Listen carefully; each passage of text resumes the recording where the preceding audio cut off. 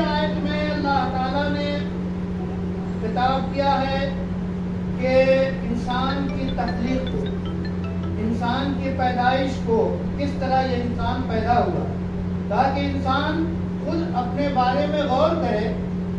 اور اللہ نے فرمایا کہ ڈرو اس رب سے جس نے تم کو ایک ذات سے پیدا کیا، اور اسی ذات سے اللہ تعالیٰ نے یعنی حضرت آدم کو پیدا کیا، ان سے حضرت حوا کو بنایا، اور ان دونوں سے بہت سارے مرد و عورت بنائے، اور قیامت تک جتنے آنے والے انسان ہیں وہ آدم اور حوا کی حقیقی اولاد ہے.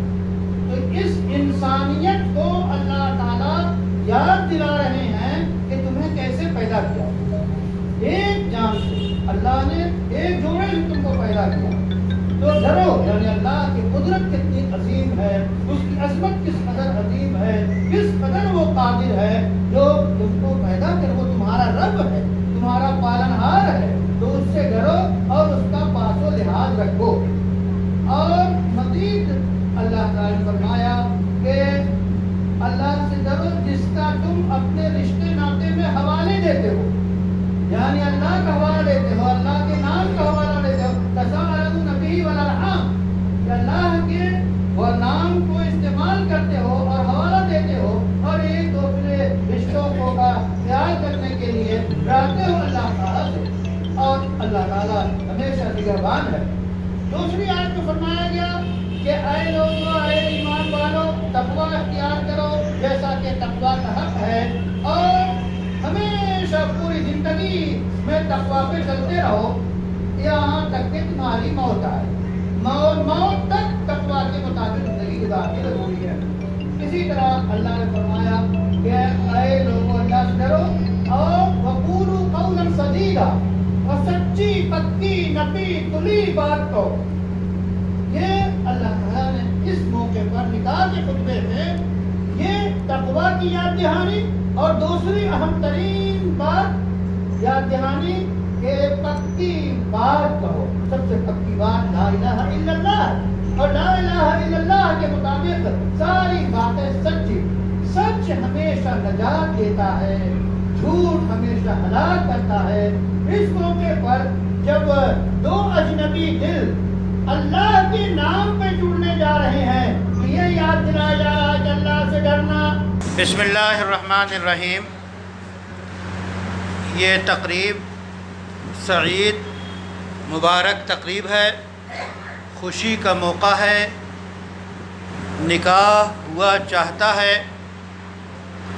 نکاح سے پہلے اور نکاح کے خطبے میں حضور اکرم صلی اللہ علیہ وسلم نے جن آیات کا انتخاب تلاوت کے لیے کیا ہے، اور اسی طرح بعض احادیث پڑھی جاتی ہیں، وہ آیات 3 سورتوں سے منتخب ہیں، اور ان تینوں آیتوں میں جو پیغام دیا گیا ہے وہ خصوصی پیغام اس موقع پر دیا گیا ہے، تقوی کا پیغام، کہ تقوی اختیار کریں. تقوی کہتے ہیں اللہ تعالیٰ کے ہر حکم کو بجا لانا، اور اللہ کی روکی ہوئی چیز سے رک کر زندگی گزارنے کا نام تقوی ہے.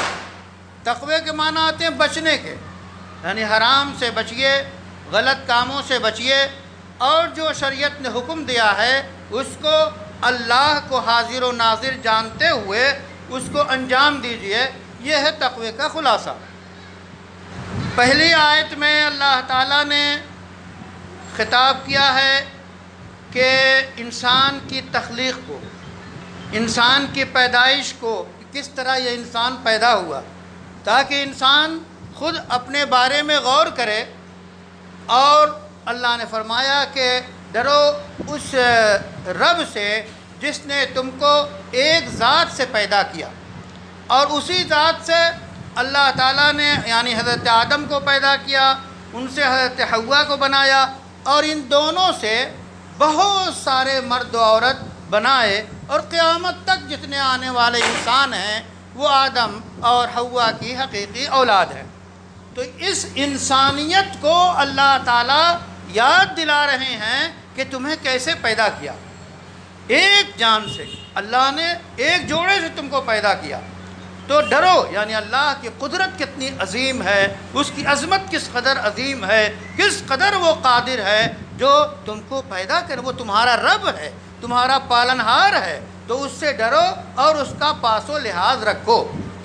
اور مزید اللہ تعالیٰ نے فرمایا کہ اللہ سے ڈرو جس کا تم اپنے رشتے ناطے میں حوالے دیتے ہو، یعنی اللہ کا حوالہ دیتے ہو، اللہ کے نام کا حوالہ دیتے ہو، تساءلون بہ والارحام، کہ اللہ کے وہ نام کو استعمال کرتے ہو اور حوالہ دیتے ہو اور ایک دوسرے رشتوں کو کا خیال کرنے کے لیے ڈراتے ہو اللہ تعالیٰ سے، اور اللہ تعالیٰ ہمیشہ نگہبان ہے۔ دوسری آیت میں فرمایا گیا کہ اے لوگو، اے ایمان والو، تقوی اختیار کرو جیسا کہ تقوی کا حق ہے، اور ہمیشہ پوری زندگی میں تقوی پہ چلتے رہو یہاں تک کہ تمہاری موت آئے۔ موت تک تقوی کے مطابق زندگی گزارنی ضروری ہے۔ اسی طرح اللہ نے فرمایا کہ اے لوگو اللہ سے ڈرو اور وقولوا قولا سدیدا، اور سچی پکی نپی تلی بات کہو۔ یہ اللہ تعالیٰ نے اس موقع پر نکاح کے خطبے میں یہ تقوی کی یاد دہانی اور دوسری اہم ترین بات یاد دہانی کہ پکی بات کہو۔ سب سے پکی بات لا الہ الا اللہ ہے، اور لا الہ الا اللہ کے مطابق ساری باتیں سچی۔ سچ ہمیشہ نجات دیتا ہے، جھوٹ ہمیشہ ہلاک کرتا ہے۔ اس موقع پر جب دو اجنبی دل اللہ کے نام پہ جڑنے جا رہے ہیں تو یہ یاد دلایا جا رہا ہے کہ اللہ سے ڈرنا، یہ یاد دلایا جا رہا ہے کہ ہمیشہ سچی بات کہنا۔ زوجین اگر زندگی میں ہمیشہ سچی بات کہیں تو ان کی زندگی خوشگوار، پاکیزہ، پائیدار، محبت سے بھری ہوئی، الفت کے گہوارہ، اور دنیا گھر کو اور پورے علاقے کو جو ہے وہ خوشبو، محبت کی خوشبو بانٹنے والا وہ جوڑا بن جائے۔